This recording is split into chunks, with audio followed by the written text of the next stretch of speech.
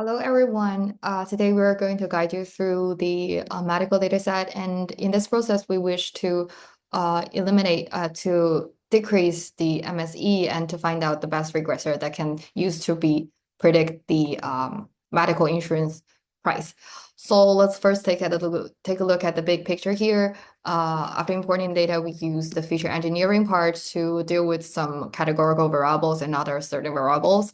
And we have also split a validation set from the test set in order to in some degree decrease the possibility of overfitting. And in the end, we tried several different models to see how it fit. And in the end, we beat the submit file. So for the first question, what do we do to improve the performance of the regressor?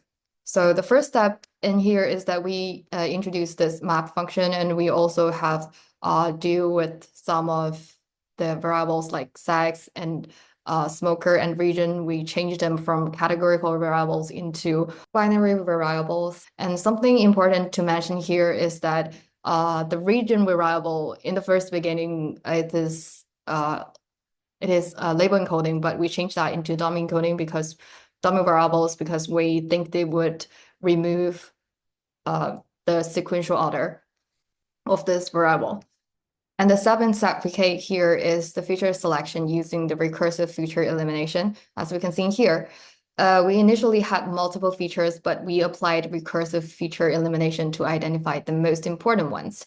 This process helped us to reduce dimensionality and improve model interpretability by selecting the top three most influential features: age, MBI, BMI, and smoking status.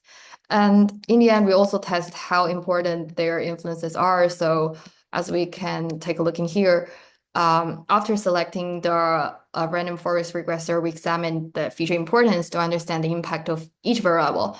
The results show that smoking status has the highest importance. It is 0.61, and followed by BMI and age, which aligns with the domain knowledge in healthcare costs. And for the last step we did to improve our performance is tuning the hyperparameters. We can see here this is a display of the parameters of XGB regressor, and the other models we have used is also listed here, but we want to mention that like for instance the random forest model, the denominators of this model is 100. This is the result of some tuning, and yeah, that's all we did for the performance improve. For the second question, we have taken some measurement to improve the fit of our regressor. So we trained and evaluated the multiple regression models, including the random forest, gradient boosting, XGBoost, support vector regressions, linear regression, base range, and light GBM. We use the mean square errors as a performance metric to compare the model, and results shows that the gradient boosting regressor and the light GBM has the lowest MSE, indicating the better predictive performance compared to the other model. So to assess our models with overfitting or underfitting, we plot the learning curves for the random forest regressor, which showed that the mean square errors for the both training and the validation set as the training size increased.